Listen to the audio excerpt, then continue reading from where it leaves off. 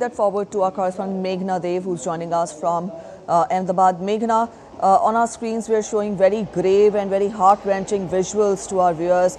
You're there at the ground. Tell us, what are you witnessing? Get us the latest first.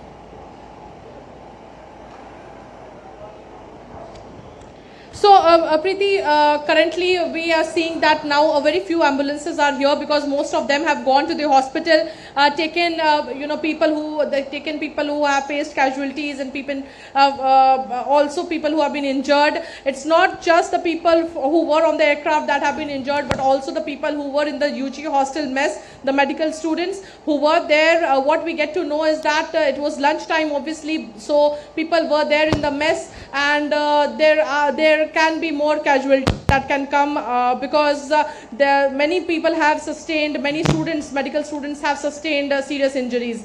But we definitely do not have the number as of now because it's a developing situation, and the treatment is underway. People are still being taken to the hospital. Also, I would like to, quote here the statement given by the DGCA. As per ATC, the aircraft has departed at 13:39 hours. And after that, what we see is that it departed from the runway 23. It gave a mayday call to ATC, but thereafter no response was given by the aircraft on the calls made by the ATC. Now, aircraft immediately after the departure from runway number 23 fell on the ground outside the airport perimeter, and obviously we did see heavy black smoke coming from the incident site. What many MBBS students have lost their lives is what we get to know at the moment.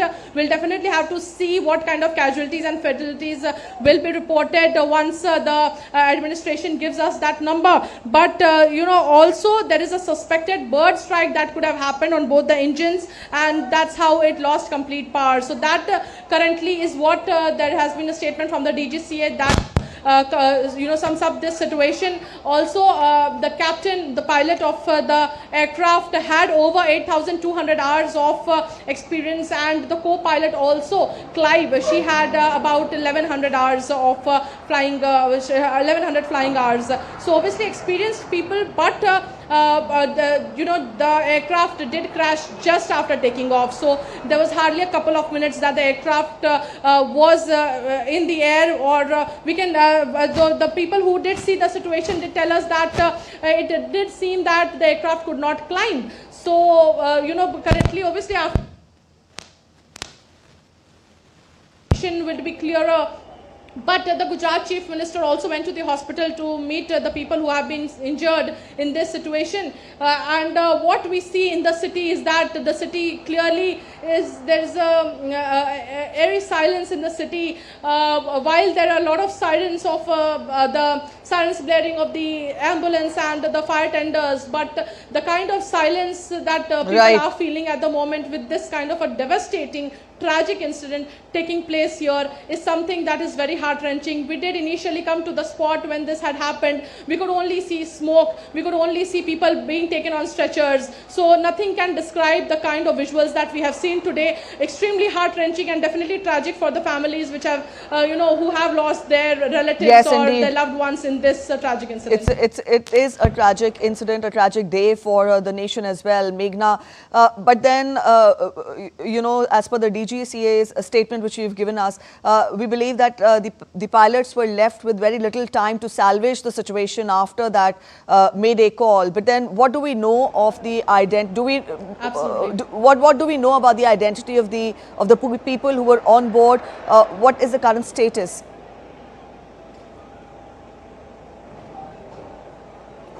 So 169 people, as has been told, are Indian nationals. Over 50 are British nationals. There are some Portuguese national citizens as well, and the Canadian national as well, who were on board. Definitely the casualties, all the list of the people who have lost their lives, the control rooms that have been set up, helplines that have been set up, hotlines set up by the state government, the emergency department, the health department, for that matter, the civil hospital, wherein number of people have been taken by ambulances. This green corridor has been created evacuated. We can see, the passage to the emergency services clearly being given here.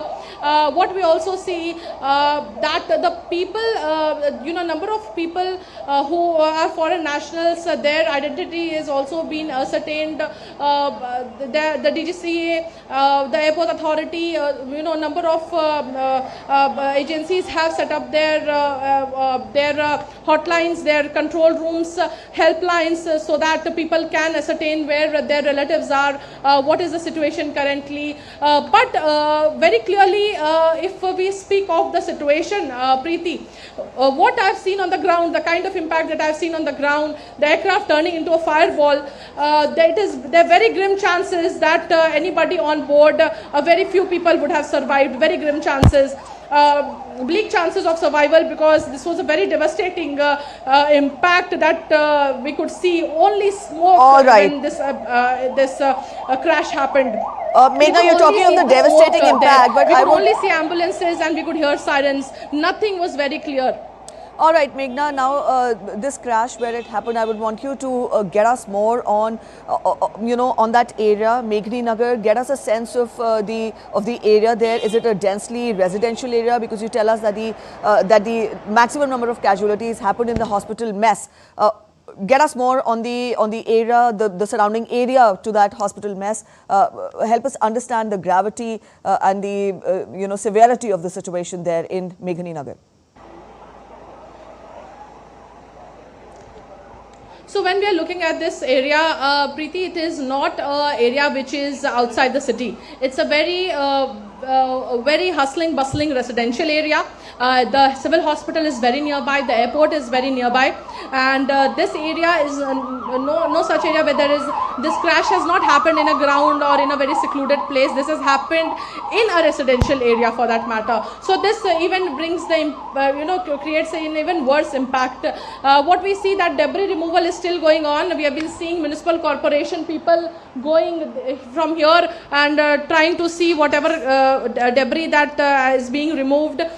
We have seen fire tenders still working, because there are also some more procedures that the fire safety department does, so that there is no fire again at this place, or if there is anything still remaining which could probably have a short circuit or create another fire, any other fire incident, that could be avoided. Number of medical personnel from the nearby hospitals have been deployed here. The Western Railway has also deployed medical personnel for assistance in this situation. But most of the people, even worse than third degree burns is what we could actually see when people were going in the ambulances. We could see even worse than third degree burns on people.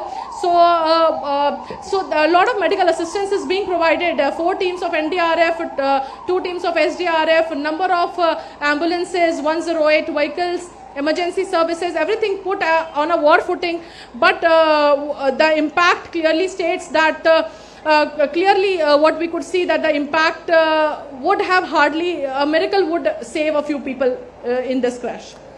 All right, Meghna, thank you so much for joining in with those details. That was our correspondent Meghna telling us about the gravity of the situation there in Ahmedabad.